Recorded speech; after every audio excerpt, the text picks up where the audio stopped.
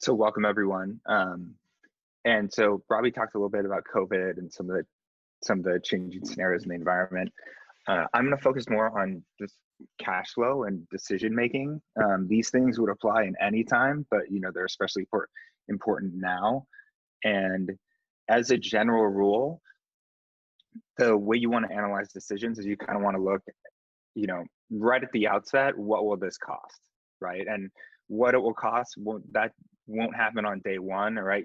There's going to be a moment that cash is going to leave. So if you're doing a marketing campaign, you're going to have to preload some of those dollars beforehand, right? But if you're paying on credit card, then you won't have to pay for 30 days. So you kind of want to look at like, what's the initial cost, the initial action, and then what is the domino effect that happens throughout the organization to that impacts inflows and outflows. And we'll go through a couple examples of that in later slides. And then you just want to say, what is the ROI overall? So I've got all my costs going out that will typically happen at the start of the period, and I'm going to reap some benefits as time moves on. And you want to make sure that you're getting a holistic view of those outflows and inflows so that you're making the right decision as far as a return on investment perspective. So we go to the next slide.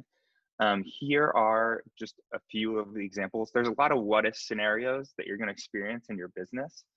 And there's actually only there's only so many that you encounter, and a couple of the really big buckets that you're gonna encounter are whether you should put in more marketing spend to try to retain more customers, get those customers earlier into your retention flow, whether you want to purchase more inventory, perhaps you're leading into a big holiday, or another headcount. Either this is a salesperson generating revenue, or it's another person to handle customer service, or those types of things. And then this last one is kind of a catch-all.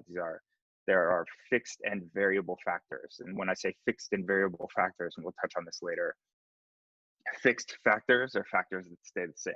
You're going to pay $10,000 a month for this resource, period. Variable factors vary with sales, so shipping your product or sales bonuses, those types of things it's important to categorize those, because then you'll be able to know how they behave as your business grows. So you'll see on the next slide, I jump into one of these scenarios. So this is the marketing scenario, for example. And we're going to walk through the inflows and the outflows. So just across the top is basically this question: what if I spend more, 10K more on a particular marketing channel? Here's kind of the thought process that you should go through to say, is this a good investment? Outflows, you've got your kind of $10,000 outside of the marketing budget, and then you're going to have some additional costs, whether that's selling expenses or, like I said, shipping your product, that you're going to want to take into account. And you'll roll that down on the outflows portion of the investment. Then if you look at the inflows, it gets more complicated, because it's not like your customers just come. It's not like everyone converts and all your customers just come and spend money and then you retain them, right? So you need to kind of follow this path, this narrative of these marketing dollars through your business. You're going to have, let's say this $10,000 marketing budget gets you 100,000 impressions. You can look at a conversion rate either in your Google Analytics or calculate it through using Excel. And so here, just walking through this example, you've got a 5% conversion rate, or 5,000 people who order. You got an average order value, which you can calculate from your data, is $20, right?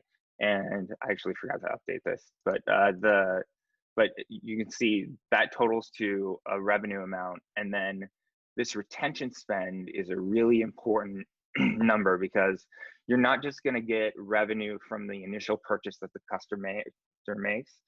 You're going to retain this customer, so they're going to come back to your website, hopefully through some email marketing that you're doing, and retention spend. So it's important to include. So big takeaway here is it's important to include retention spend and the total lifetime value of the customer in your calculation, right? So you can kind of see from this quick exercise, this example, that you've got a $12,000 outflow, you've got a $24,000 inflow, and then your gross margin is basically what it costs you to buy these products, And so you can take your gross margin and apply it to your total inflows and get what your actually net profit would be. And that's really the number you want to compare to this $12,000 outflow. It's after your expenses, after your product expenses, you know, where do you sit from a gross margin perspective, and how does that compare to your total outflow?